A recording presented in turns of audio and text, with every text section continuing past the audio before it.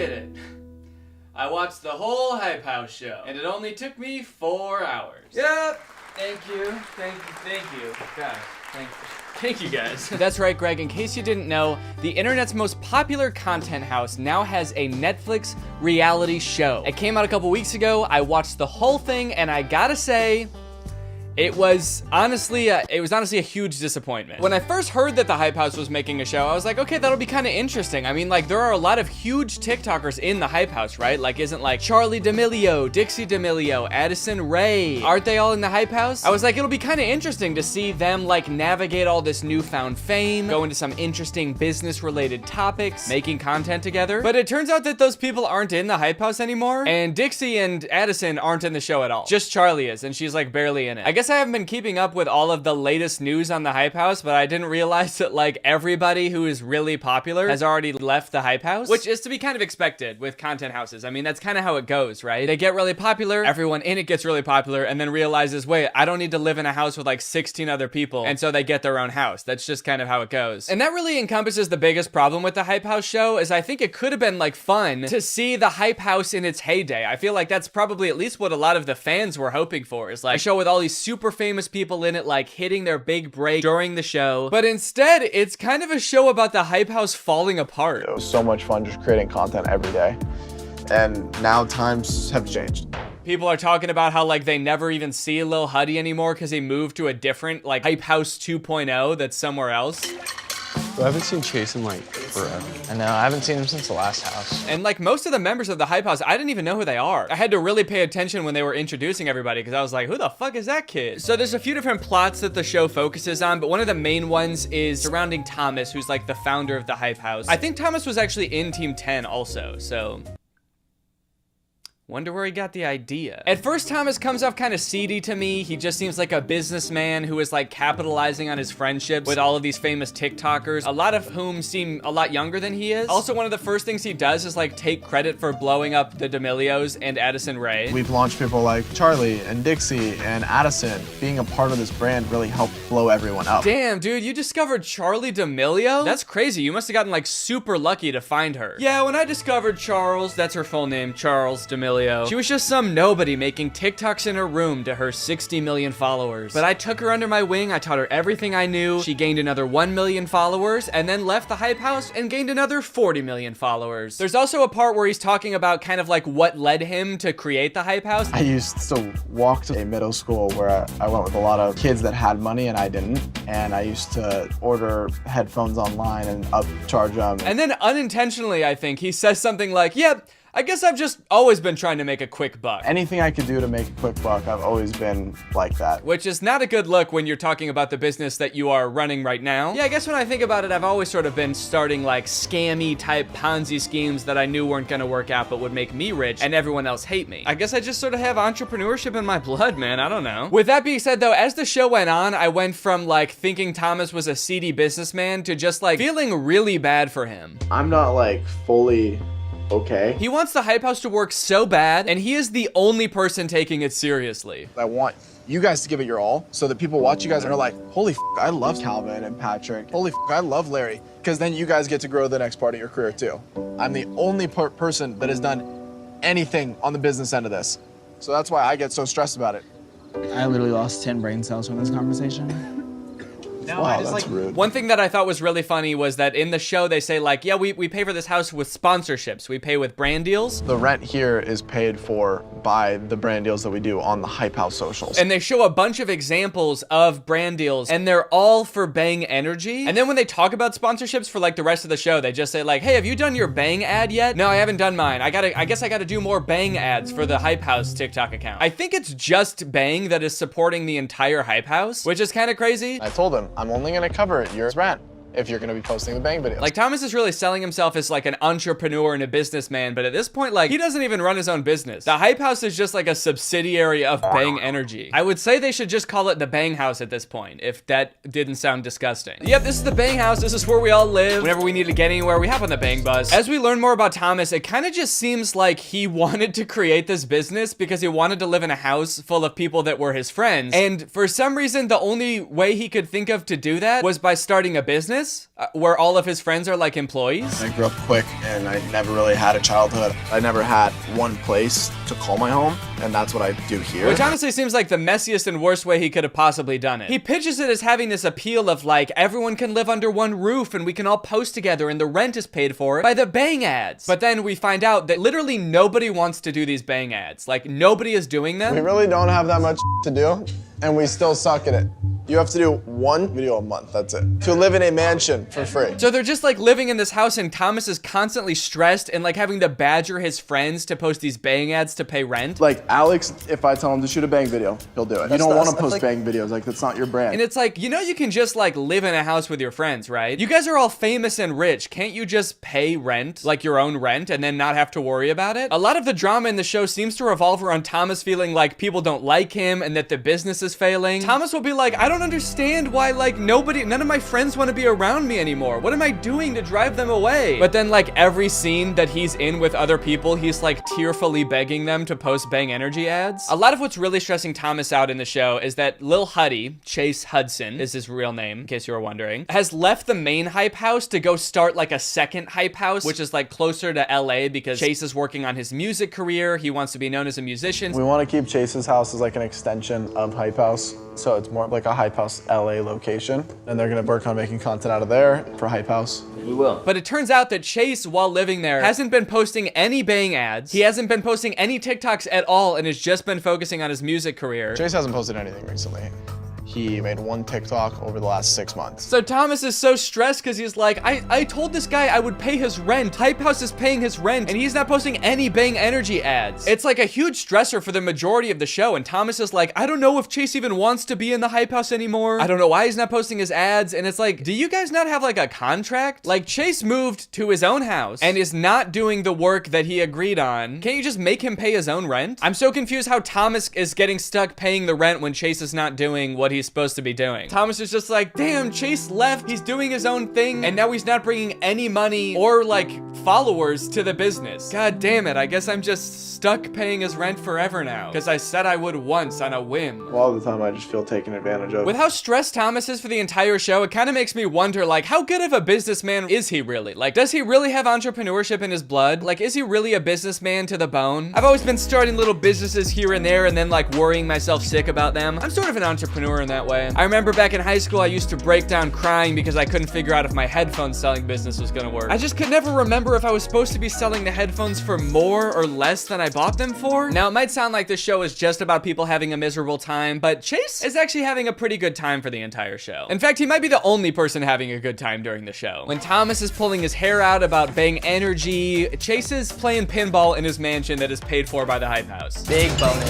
Alex Warren is panicking because his views are declining. Chase is in the hot tub. Bang singles helping produce and write a great album. Mia is screaming at people in the desert because she feels like the Hype House is falling apart. Chase is eating by himself alone in his room that the Hype House paid for. Chase you may have heard of before. He used to date Charlie D'Amelio. He's very famous. He's very popular. He used to be a huge TikTok star, but now he's like really focused on making music and dressing like a vampire. And so he doesn't really want to do social media anymore or be like involved in the Hype House at all, which is something that I think everyone seems to understand except Thomas. Like Chase moved to get away from them. He's not posting his ads. He invites like a bunch of TikTokers over to hang out with him, but doesn't invite Thomas. And Thomas is still kind of like, I wonder if Chase like doesn't really like being in the Hype House. I need to know if Chase is even gonna be a part of this anymore. I wish you'd give me a straight up answer about that. Which, to be fair, Chase should just be straight up instead of just like freeloading in this huge mansion full of pinball machines. But Chase makes it abundantly clear that he does not really want to be in the Hype House anymore. I'm very grateful for the opportunities that came to me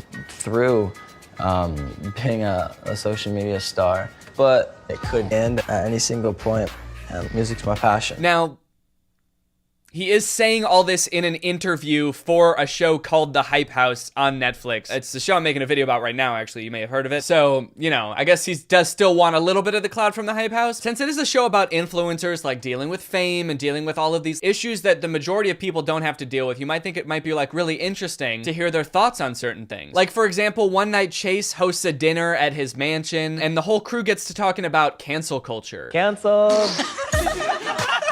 Wait, who was the last person to get canceled at the table? Go.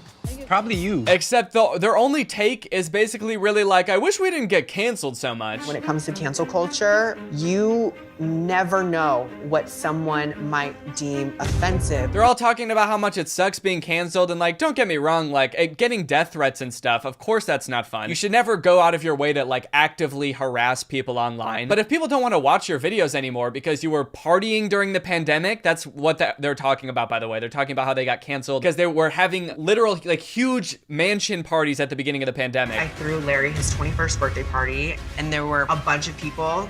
It definitely wasn't COVID safe. Got so much backlash. I don't really think you can blame people for not wanting to watch you anymore. Anyway, they all sort of like go around the table talking about how they've all been canceled. They keep using that word. They're talking about cancel culture. It sucks to get canceled. If you get canceled for something, that's what you're known for the rest of your life. Which is crazy because I could have sworn I was watching them on a Netflix reality show. A brand spanking new Netflix show. That's wild. Yeah, man, I don't know. It just really sucks to have like everyone who loved you turn against you and you get completely deplatformed.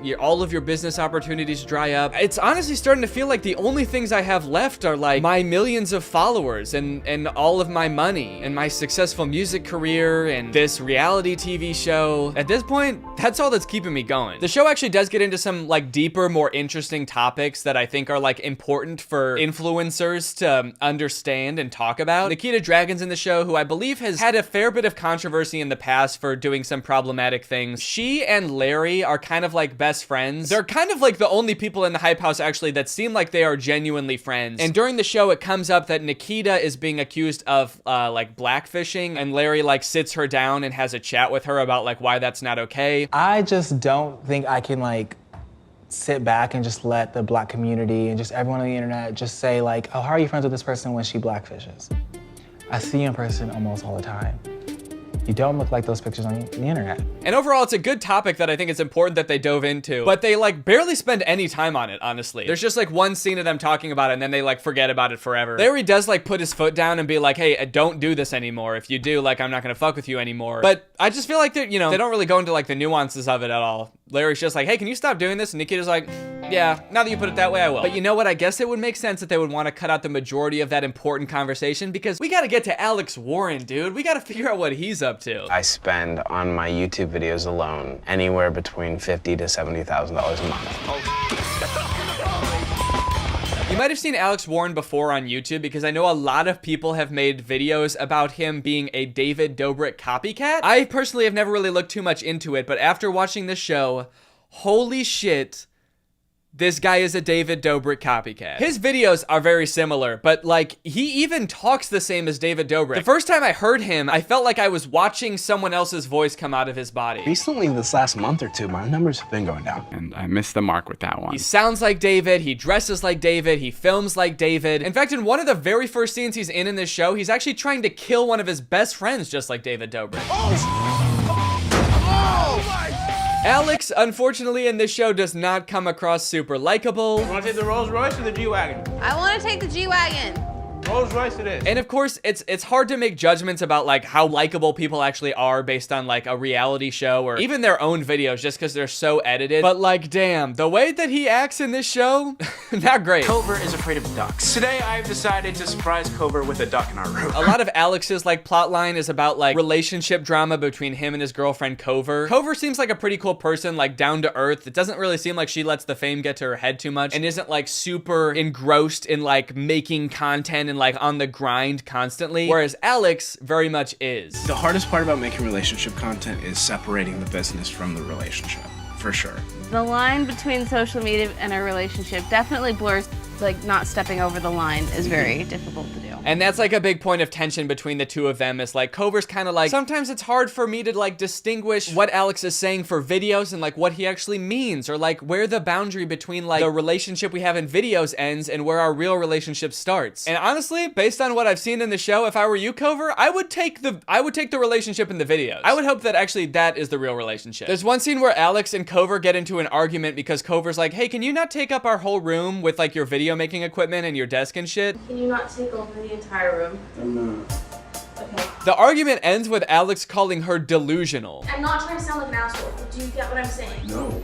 And I don't think you sound like an asshole. I think you're delusional. He calls this girl that he loves delusional. She's like, hey, can you just like not like take over our entire living space? And he's like, you're fucking crazy. You're insane. But that's not even the worst part because the way Alex apologizes for this argument is by making a video where he shows Cover a little fox. It's a fennec fox. And she does think the fox is very cute. She likes the fox. The fox is actually so cute. I guess this was a really good, like, apology from Alex. It's just like your way of apologizing for something you did off camera is by like making a video for your own channel. Couldn't you have done something off camera for her? Something nice that doesn't make it just seem like you were like out of content for that day. Cover really wants Alex to like get serious in the relationship. She wants to settle down. She wants to get married and have kids. But Alex feels like he's like not really ready yet. He feels like he still is a kid at heart. He wants to like keep making videos. I'm in a full-time job right now, and I'm in a full-time commitment of trying to make people laugh and make people feel a certain way. And I'm not done, you know, doing pranks and doing stunts. So kind of like a touchy subject, right? Probably something you don't really want to like joke about or like put on blast online, right? Well, I guess not according to Alex, because while Alex is kind of worried about like his declining views lately on his YouTube channel, he decides that one way he might be able to sort of like boost his numbers is by having a fake proposal and wedding on YouTube. Alex having the fake wedding makes me feel a little hurt because it's something that I really want, and to like fake it is like a little messed up. I definitely don't think he realizes that it might be like toying with my emotions, because he doesn't really think like that. He just thinks, okay, bit, this is bit. This scene really makes you feel bad for Cover because she keeps saying like, I mean, I guess it'll be kind of fun, but I just kind of wish it was real, so that's gonna make it kind of hard to get through. It's like, god damn, dude. And I think it's a little cruel, to be honest, but at the same time, like, I guess anything for views. Even other members of the Hype House are like, yeah, this is kind of fucked up. I don't know why we're doing this. I'm not sure how Cover feels about the wedding. I haven't really asked her. I think that she's, you know, really taking it seriously and going out and buying a super nice dress. You haven't asked? You didn't ask her if she was cool with doing this? What, did you just set up the tripod and propose to her and be like, this is fake, okay? It's fake, I'm gonna edit this part out, this isn't real. Cover, ukulele, pineapple juice, coconut milk, and then do you take this hunk of beautiful meat to be your husband? I do. It just seems like a really bizarre relationship, and like every scene that Alex is in is just like miss after miss for me that did not make him seem like a super likable guy. So what do you want? To get married to you in a reasonable time. Okay. You know what I want? What? Just to not worry about that. At the very end of the show, they do go into Alex's home life. Apparently, he comes from a very difficult household. It seems like his dad died when he was young. His mom and him aren't on very good terms. It kind of sounds like she was pretty bad. When I was 17, my mom handed me an eviction notice. I just left and didn't take anything except for a computer and a camera. And so I was homeless. But after the entire show showing just like Alex kind of being mean to his girlfriend and like being overly obsessed with videos to the point where his girlfriend doesn't even know what's real anymore, it kind of just seems like the show was just like trying to throw a Hail Mary to make you like this guy. And honestly, it did kind of work. I did really feel for him at the end. There was a very sweet scene of him going to visit his dad's grave, and I did tear up a little bit. It was a sweet little moment. Very sad though. In fact, pretty much like everyone in this show is like sad all the time. You got Thomas because all of his friends are leaving, and Alex and Cover because their relationship is on the fritz. Everyone except Vinny. I blew up because of thirst traps. I think Vinny might be my favorite character in the show, not because he's like the most likable guy or the most down-to-earth guy. I just want to see more of him because I'm trying to get like a handle on who he is. Because while everyone else is sad all the time, Vinny is pissed the fuck off, dude. What's wrong? I don't know, I just hate everything. Everybody. There are multiple scenes where there's like kind of like a security camera type camera in the kitchen of the Hype House, and Vinny will just kind of like walk into the room so mad, get some juice out of the fridge, and then leave. Sometimes he'll say something like, I'm so fucking pissed right now, I'm gonna punch someone in the face. Right now, I swear to God, if one person says something off to me, it doesn't matter who it is, I will probably punch them in the face. 'Cause I'm so... And they never explain why. It happens multiple times in the show, and they never explain why he's mad. I'm pissed, absolutely beyond. No, beyond pissed. He just walks into the kitchen and he's like, no one look at me or I will shoot you in the head right now. And then he leaves and everyone's kind of like, huh, that was weird because Vinny's in a bad mood today. And every day. Is that normal? Huh? Are you normally mad like that? Yeah. Vinny is such a confusing character. So everyone's kind of got their own like niches in the Hype House. Some people make pranks and some people make dance videos. Vinny makes thirst traps. It is kind of awkward for me to make them. I don't even like look at them. I don't want to see my cringy self doing that. He hates posting thirst traps. He hates posting on the Hype House. I think he doesn't like being famous. Vinny doesn't like it. Vinny hates getting shit on every day. He hates the attention. Vinny's an 18-year-old who's like a nerd trapped in a hot, sexy summer boy's body. But ironically, because he's so handsome and his thirst traps are so good, he is the most famous person there currently, which begs the question, why is Vinny in the hype house? Living in a content house, it can get overwhelming at some points because you want to be alone sometimes. Vinny is the most famous person there, so it's not like he really needs to like leech clout off of everyone else in the hype house. If anything, like he is providing the clout for everyone else to sort of nibble on. He doesn't like making TikToks. He doesn't like posting thirst traps on his own channel. He never posts Bang Energy ads because nobody does. He doesn't even hang out with them. He just like games alone in his room and then comes out occasionally to tell everyone how pissed off he is and threaten their lives. Why Vinny's in the hype house? I will never understand. The ending of the show is really weird because the whole show you're like, okay, this hype house thing like is not working. Everyone is stressed. Nobody likes it there. In fact, there's a really funny part where they're gonna have like a hype house prom because I guess a lot of people didn't get to go to their proms due to like their TikTok obligations. When Nikita was in high school and she had prom, she was not out yet. So they're gonna have this like awesome prom. It sounds like it's gonna be really fun. And listen to what Thomas says. I'm stoked that Nikita threw this prom. I feel like everyone together is the perfect opportunity for me to tell them I've been shutting hype house down. It's like, holy shit, dude, no it will not. This most magical night will certainly be the perfect time to tell everyone I'm evicting them. That'd be like if at real prom in high school, the principal came on the microphone, he was like, all right guys, I'm glad everybody's having a great time. Prom is a really important time in your life, so I thought that now would be a really great time to tell you something you will also never forget, and that is that none of you are going to college. That's right, we lost all of your transcripts, so you will not be able to apply to college, unfortunately. So, yeah, who wants to hear that Pitbull song one more time? But then at the end, at the very last minute, at like the last scene in the show, Thomas is like, you know what? I think I'm gonna keep this hype house thing together for a little while longer. I've been stressing a lot lately about what to do with this brand and this group of kids in general, and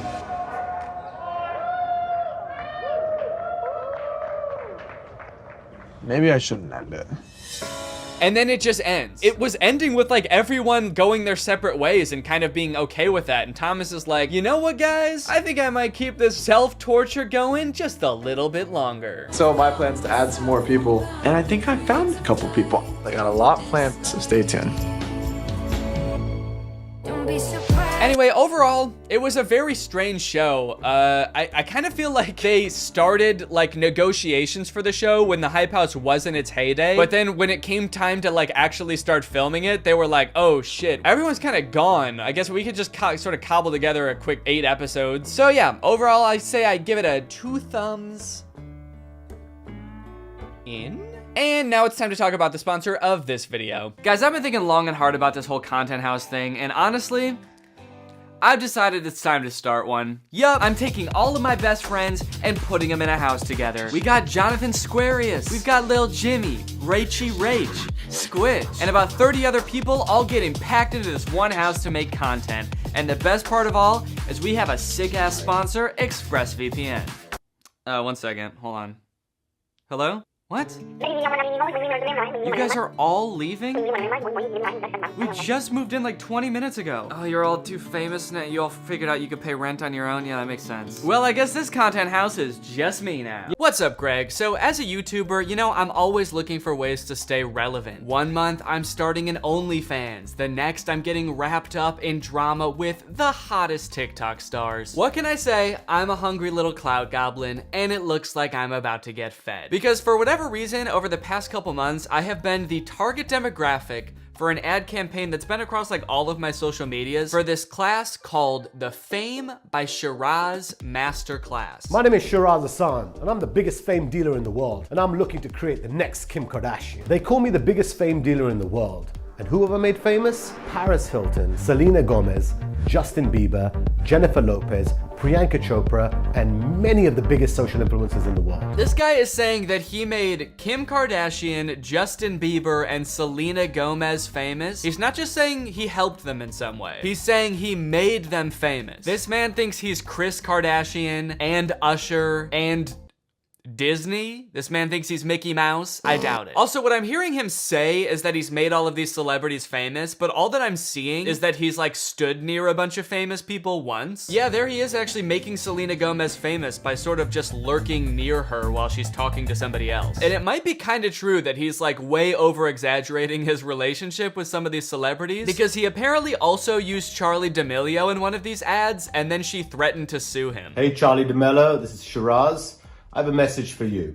Doesn't matter what you do in your career, you're always gonna need fame. If you want your show to be a hit on Hulu, you're gonna need fame. Shiraz has some kind of connection with the paparazzi. He posted this video on the Hollywood Fix, which if you've watched my video about them, you know, like just kind of stalks celebrities and takes pictures and videos of them. So basically what he's saying here is like, look, Charlie, I hate to break it to you. I know you have hundreds of millions of followers, but the only way your TV show on Hulu is gonna do well is if you don't sue me. Is if you stop suing me right now, please. I'm just saying, think about every popular TV show you've ever watched. Euphoria, Breaking Bad. Did they sue me? No. Because nobody knows who I am. It took me a while to figure out like exactly who this guy is and what he does. And every time he shows a big celebrity talking about himself, it's either like really vague or in the past tense. Hi Shiraz, how are you? Hi, this is 50 Cent. Hi Shiraz. Hey guys, I ran into Shiraz. Him and I really worked together for a while. Heyo, what up Shiraz? Which is a little bit suspicious. Kind of makes me wonder if these people are actually endorsing him. Shiraz is the American dream. Or if they even know what they're saying. What up, Shiraz? So it's just that you wanted me to read? Oh, Shiraz? Yeah, I haven't seen that guy since the day all that money disappeared out of my bank account and he skipped town, but yeah, that guy was pretty cool. Hey Shiraz, really sorry to hear about your condition. Get better soon, okay buddy? We're all rooting for you. But from what I've gathered, Shiraz is basically a glorified paparazzi. He's in the same realm as like the Hollywood Fix and TMZ and Perez Hilton. And he also occasionally works with celebrities to like drum up buzz. You know how like you hear celebrities are really in cahoots with the paparazzi? This is who they're in cahoots with basically. So did he make Kim Kardashian famous? No, probably not. Did he go to Dubai with her once? Yes. My first time I ever went to Dubai, Shiraz took me to millions of milkshakes. And I don't know about you guys, but I can't think of a single moment in Kim Kardashian's life that has made her more famous than that one time she went to Dubai. Happy birthday.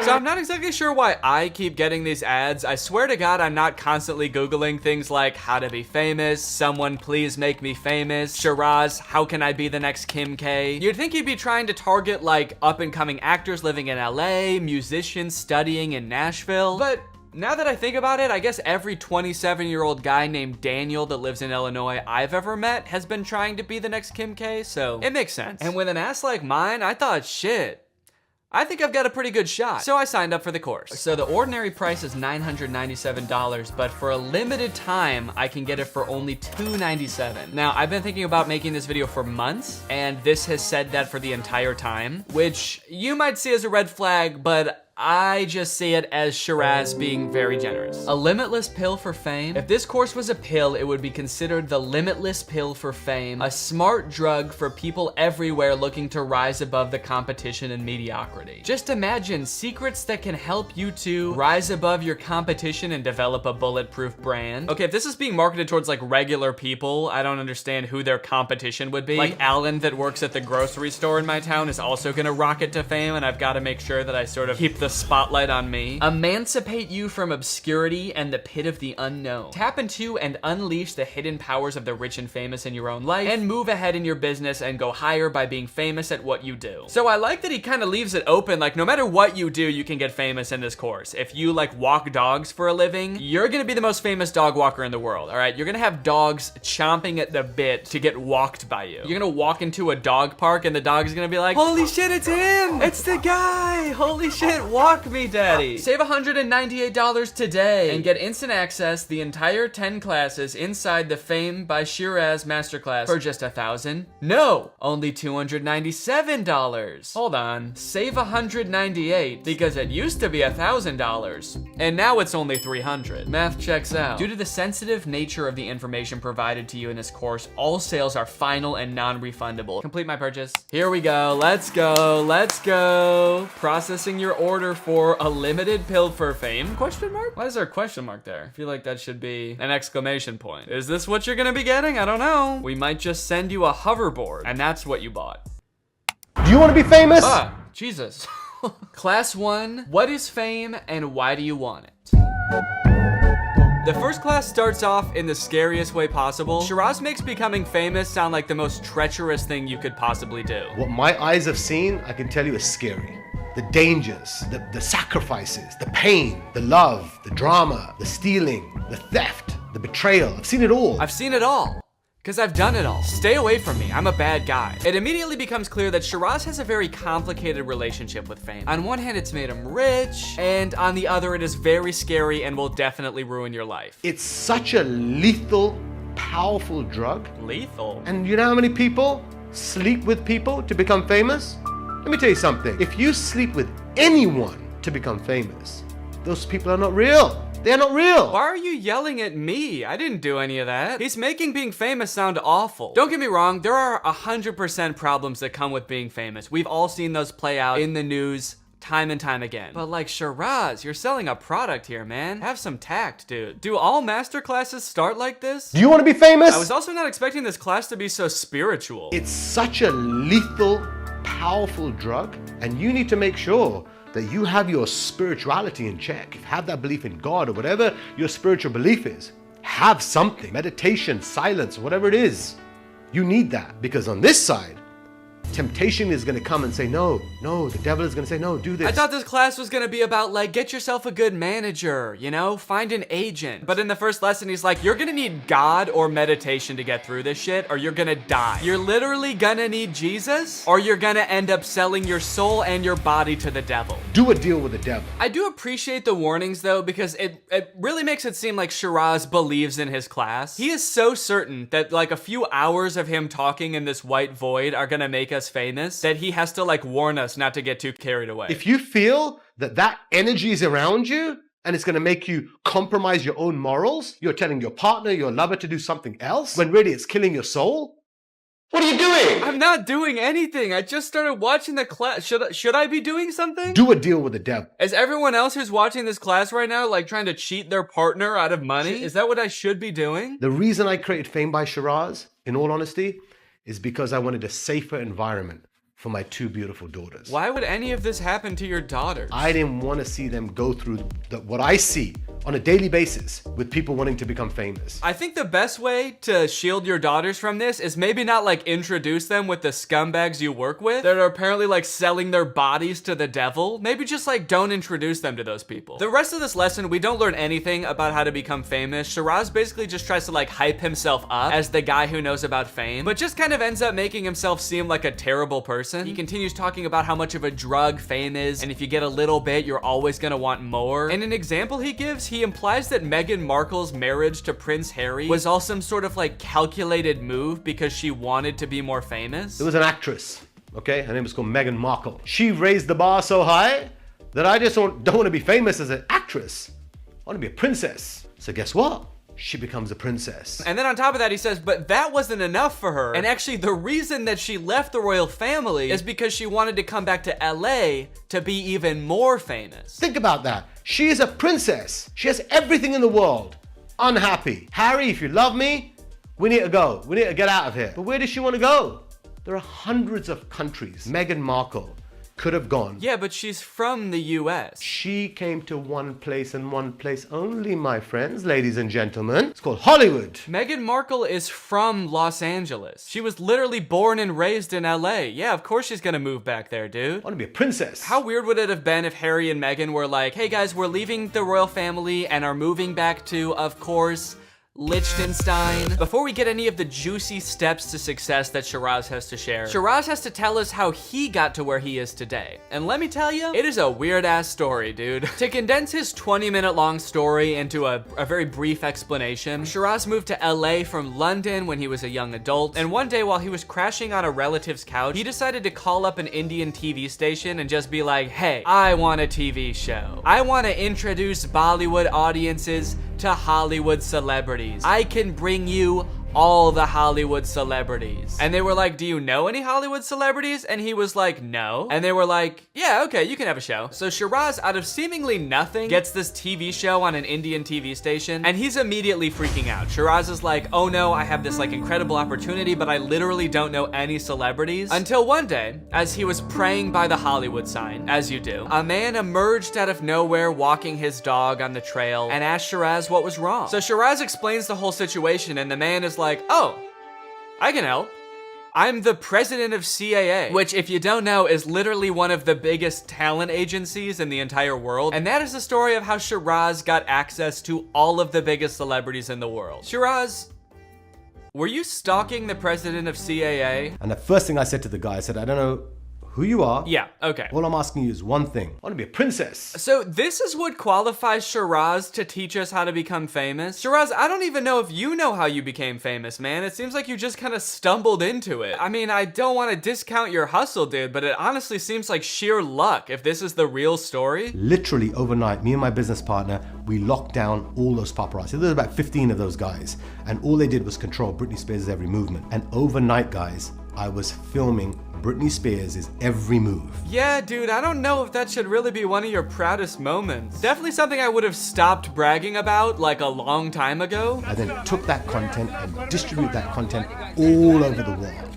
And this is when Britney Spears was going crazy, guys, shaving her head, beating everyone up. It was the meltdown of Britney Spears. I think Shiraz might have single-handedly ruined Britney Spears' life. Shiraz?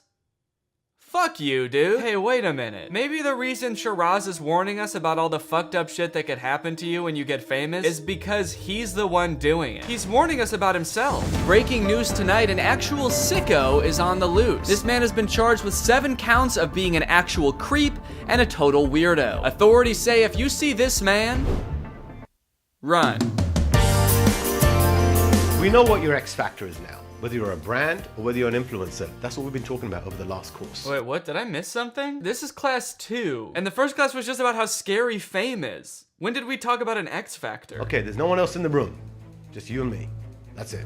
You've told me your X factor. No, I didn't tell you shit, man. You told me you were gonna make me famous. You didn't say I had to have an X factor. That was never part of the discussion. You hounded me down on Facebook until I clicked on your course, and now you're like, so you got an X factor, let's see it. You think you're a big shot? Let's see that shit. First thing that we need to do right now is type your name into Google and see what comes up. Because that's gonna tell me from a 0 to 10, where are you? Because you're telling me you've got the X factor. I didn't tell you shit, man. I never said that. Now, this is the moment of truth. This is where you and I, okay, got to be honest with each other. Oh, okay, we're being honest with each other now? Sweet. Were you stalking the president of CAA? At this point, I'm just wondering if we're ever gonna start learning how to be famous. When he finally starts jumping into like tangible steps on what to do, they couldn't be any less helpful. Have you trademarked your name? No, why would I do that? Remember before you told me, oh, I'm so big, I'm so this, I'm so that. That's all amazing. Who were you talking to before that said all this shit? It was not me. When you're recording right now, are you seeing yourself in the little screen? That's not me. He also says we need to make sure we have a Google panel.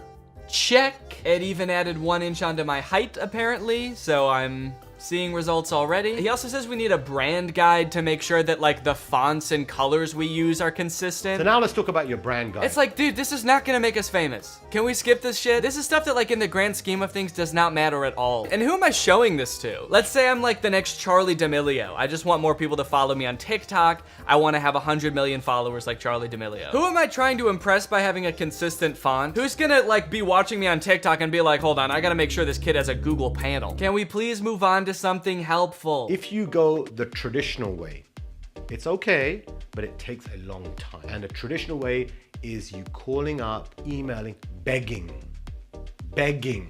Look how desperate you look right now. If you're a brand, if you're an artist, and you're calling up, cold calling, emailing, begging someone to write a story on you. Okay, but isn't that like what you did? I want you to study, let's say 100 of the top people in entertainment who are writing stories. No, I'm studying you. You said you can make me famous. You're in my industry. I'm studying you. Shiraz, please just teach me how to be famous, man. He's like, all right, guys, first tangible step on how to become famous, you're gonna find someone who knows what the fuck they're talking about, all right? Because I do not. He outlines a strategy at the end of this lesson if you're like some up-and-coming actor or a brand to get journalists to write articles about you. And basically what he says is just like find a bunch of journalists and follow them and just start liking their tweets. And they'll start writing articles about you. Beautiful comment about an article that they wrote. You know what they're gonna do?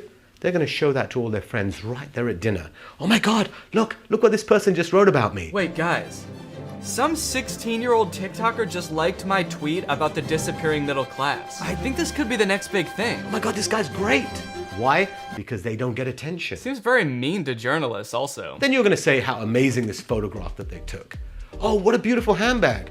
You're basically going to schmooze them. You're gonna work them. That's what you gotta do. That's what it's about, networking. You're now gonna have a dialogue with these people.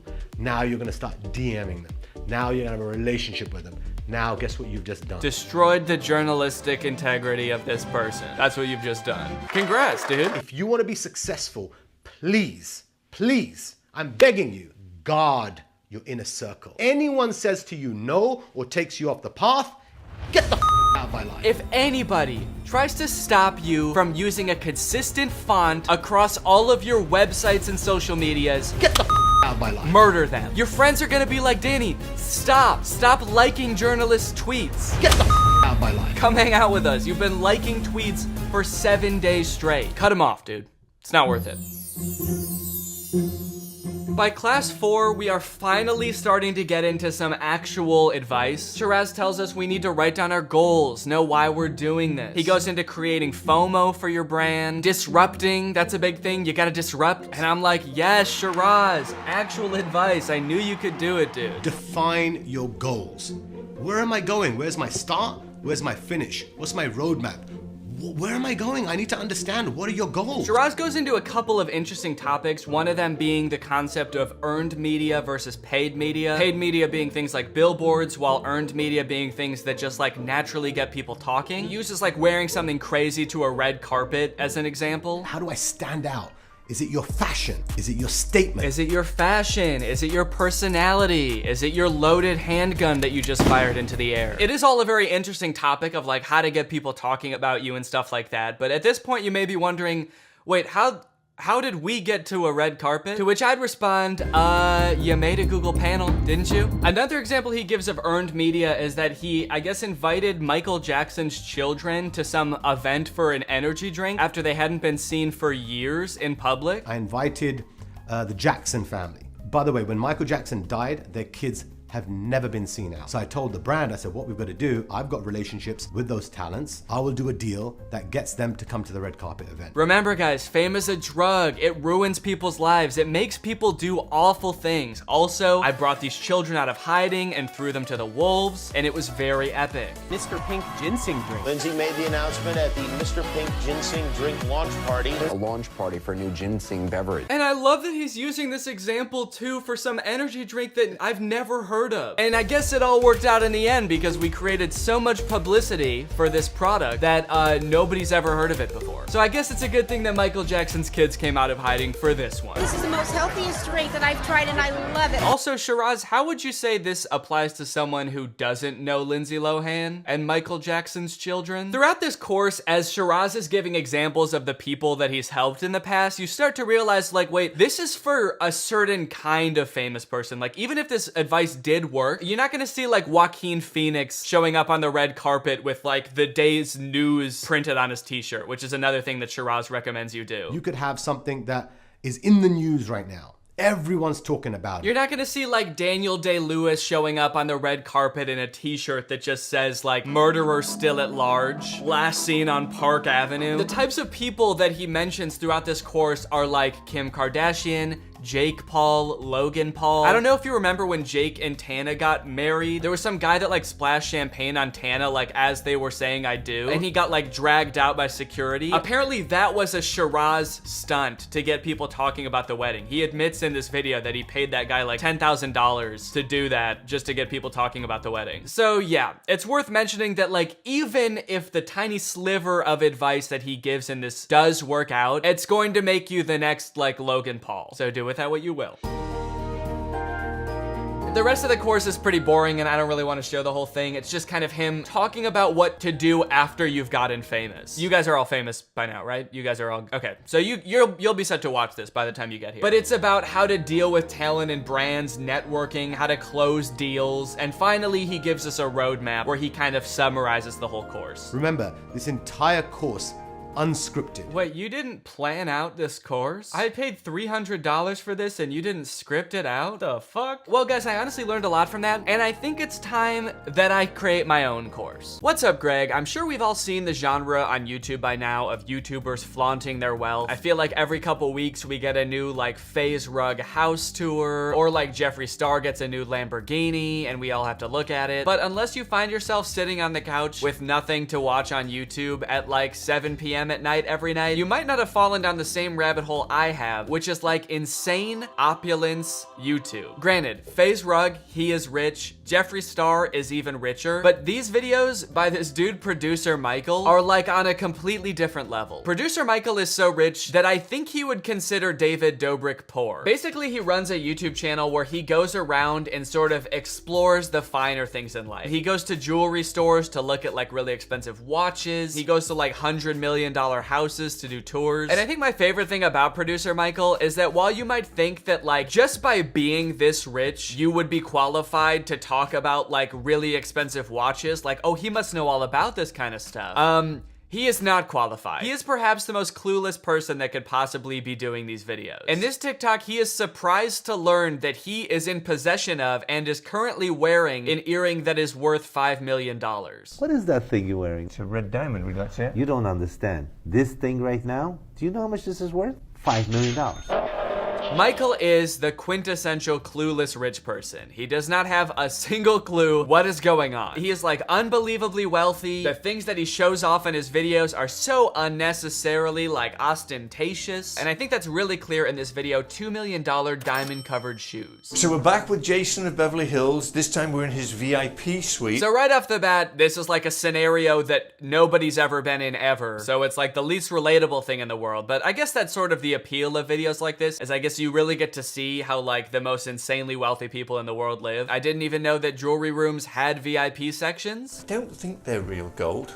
There's a lot of them, or it might just be a reflection, but it's really cool, isn't it? I love that. Yeah, it might just be a reflection, but I'm not sure. One thing you gotta know about Michael is that he's never gonna find out. He'll say in his videos a million times, it might be this way, and I don't know. And I can guarantee you right now, he's not gonna find out for you. He's just gonna kind of casually speculate on it, and then he's gonna move on. Would you like something to drink? Oh, yes, please. Sparkling water. Adam will have the same. I'm choosing it for him. Although, I do see beer taps back there. No beer, Adam. So stern with the no beer Adam. Like, I'm wondering, did something happen before? No beer, Adam. I feel like Adam has definitely had some sort of workplace incident involving beer. Wow, this is lovely. Oh, I already see lots of sparkly things. Wow. What have you got your eyes on? Really great commentary so far. They just sort of walk in and silently stare at the diamonds for a few minutes. What are you looking at over there? Rings? Cool. I'm looking at bracelets. Nice. But eventually they make their way over to a pair of $2 million diamond covered shoes. Michael Blakey shoes. I could wear these, right? I know. These are all diamonds. How do you know? When I'm telling you this man has absolutely no expertise, this is what I mean. Oh, these shoes are covered in diamonds. How do you know? How can you tell that? How do you know these are diamonds? It's like, I don't know, because I looked at them. But some of them could be glass, right? Not too much else interesting happens in this video. The owner of the jewelry store shows up. He sort of enters like Darth Vader.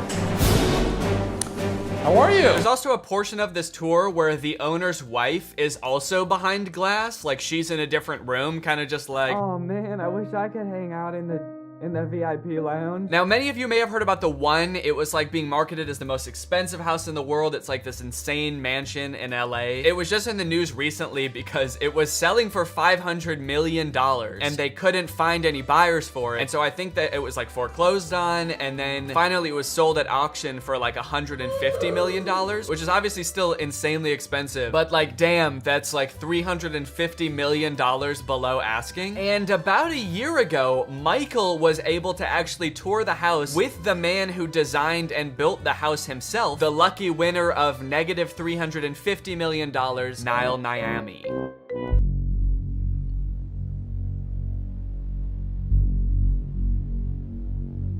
They make it seem like this house is gonna be the coolest thing you've ever seen. Like we're about to see some really sick, like bat cave type mansion. But I gotta be honest, this house is so boring. Basically, if you can picture every modern mansion in LA, like the white tile on the floor and everything looks like angular, this is a Minecraft house. It's just a really big version of it.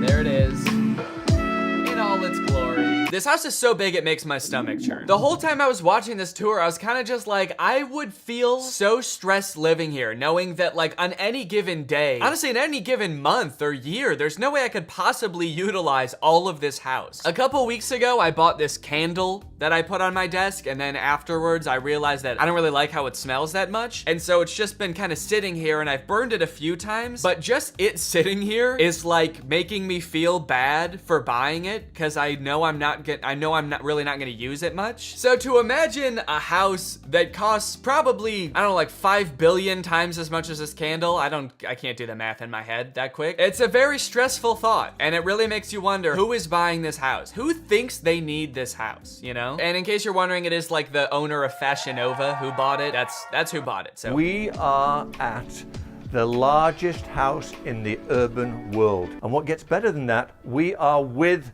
the one and only Niall, who is the visionary behind this. He built this. Yep, what makes the tour even better is that we are getting a glimpse into the man, the absolute psychopath that made this house, Niall. This dude is an enigma. Him and Michael together are just like the two most eccentric rich people I've ever seen. The way they interact is wild, and after watching like 2 minutes of Niall, you'll be like, yeah, it makes sense that this is the guy that built this house. Whoa!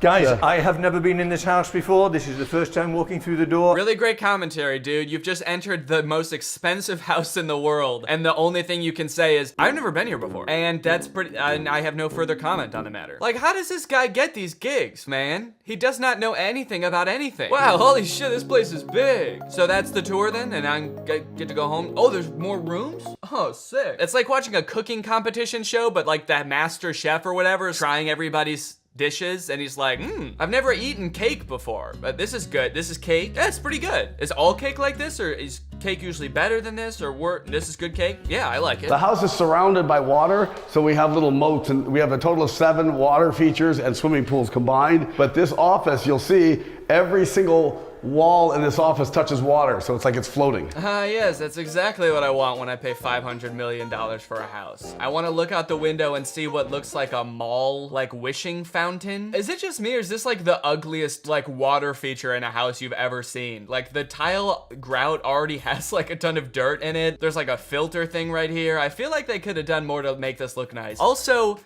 what the fuck, dude? Nobody needs a moat in their house. So the next room we're gonna go to is the formal living room, and the formal living room, I designed it like the Plaza Hotel in New York, where you could have multiple meetings at the same time. It was very important for me that the house feels comfortable and warm. He just said I wanted this house to feel warm and comfortable. This is the least warm and comfortable house I've ever seen. His feet are literally like squeaking on the floors of the hall as he walks through, and he's still like, yeah, this place is nice and warm and comfortable, huh? Nice and homey feeling in here. I don't at all feel like I'm walking through a mall right now. Every piece of furniture in this house is like so sharp it looks like it would cut you, and he's like, yeah, it's really like inviting and friendly, right? Check this out. Is this not the Four Seasons? I feel like I'm in the Four Seasons.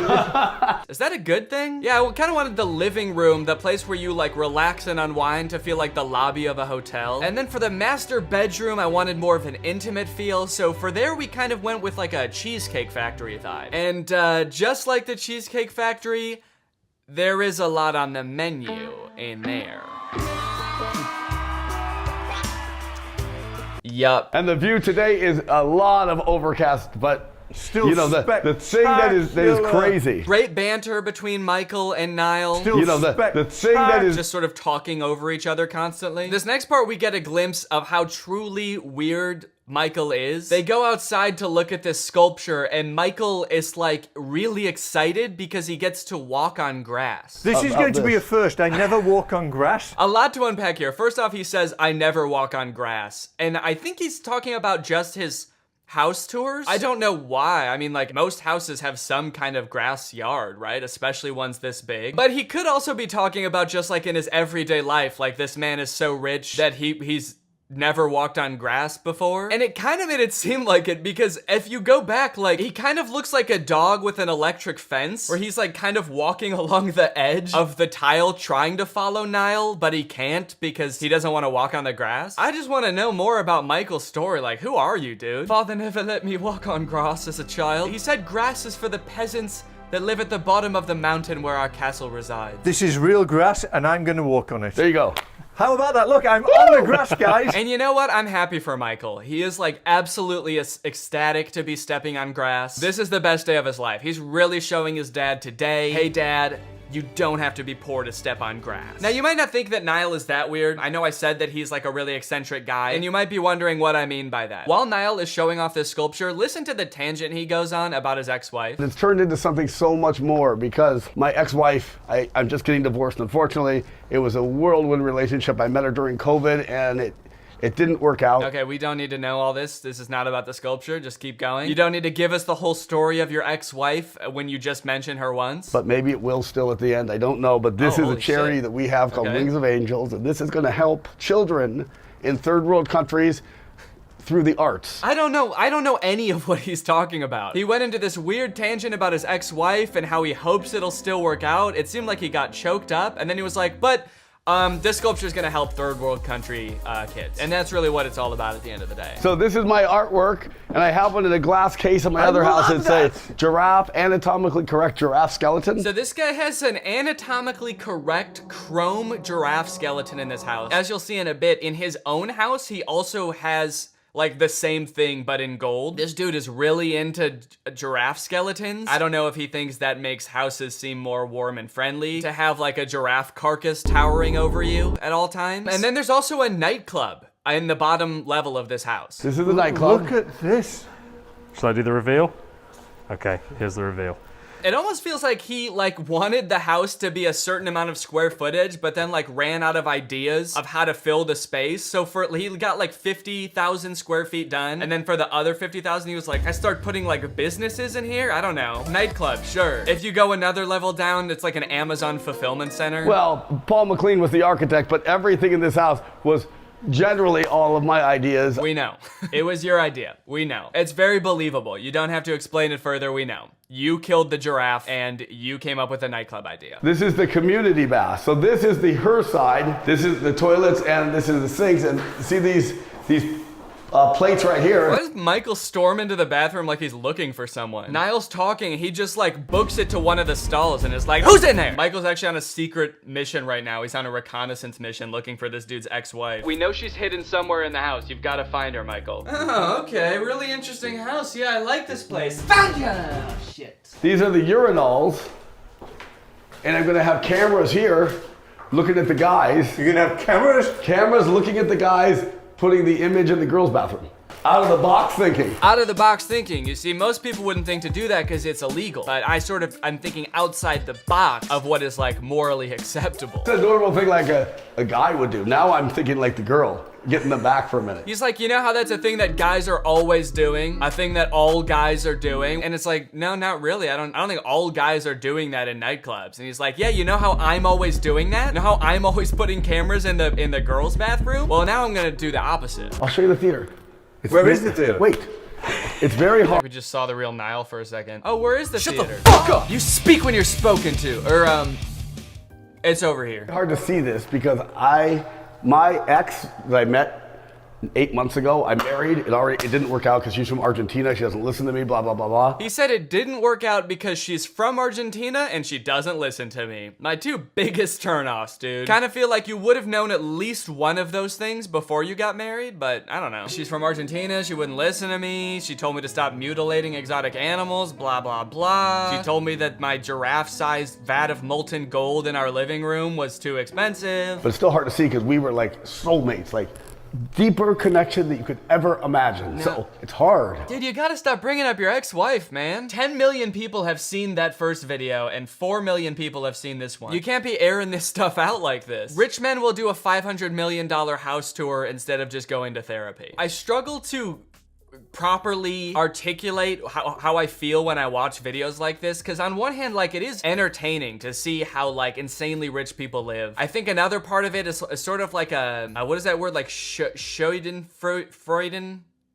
what is it called when you're like watching somebody do something embarrassing and it's like makes you feel funny? Schadenfreude? I think that's it. It's kind of like secondhand embarrassment where I'm like, I like look at Michael and just like all of the expensive stuff he owns in his clothes and I'm like, don't ever let me be that person. I make more money than I ever thought I would from YouTube. I have a really great career. It is a fear of mine that I will someday become out of touch and start acting like this. So if you ever see me start acting like Michael, please do not let me. Okay, so now that was the house that Niall built. Now this is Niall's personal house. Maybe you're curious to see how this dude actually lives, given everything we know about him so far. So this is your house? It is, yeah. This is absolutely gorgeous. So, oh, that's cool. Yeah, check it. Can we show that? It's a hologram. I need this. Where do you get these? I'm selling all the art, so if you want, I'll have this. So one of the weird things about this house tour is that Niall keeps saying that every piece of art in this house is for sale, which is definitely not a good sign. Like every time Michael is like, wow, this is a cool piece, he's like, yeah, how much will you pay for it? Because this one's actually going, it's a great deal. It's going for $350 million. Do you want it? So here's the golden giraffe that's at his house. It's absolutely insane looking. I mean, like, I don't know, does this go kind of hard? Is it cool? I don't know if you can tell at this part of his house, it kind of feels like it's just like in the back of his house somewhere that you'd never see it. But if you're gonna have like an insane piece of art, like maybe this is kind of cool. He said there is like a real giraffe skeleton involved in this somehow. I think that they like molded one out of clay based on a real giraffe skeleton. So I don't know if they had to kill a giraffe to make this. That would be fucked up. But then Niall says something that is pretty disturbing. each side is too clear, too broken. You want to know a secret that's funny? Yeah. They weren't really broken. Like somebody shot a bullet in this one. You can see the hole, so I broke the other side with a hammer just to match it. Yeah, Niall says that someone shot the giraffe's sculpture case randomly, like he doesn't know who it was. And his first instinct was like, oh shit, now I gotta make the other side look cracked too. So he walked around to the other side and cracked it with a hammer. Niall, are you not concerned? Why did they do that?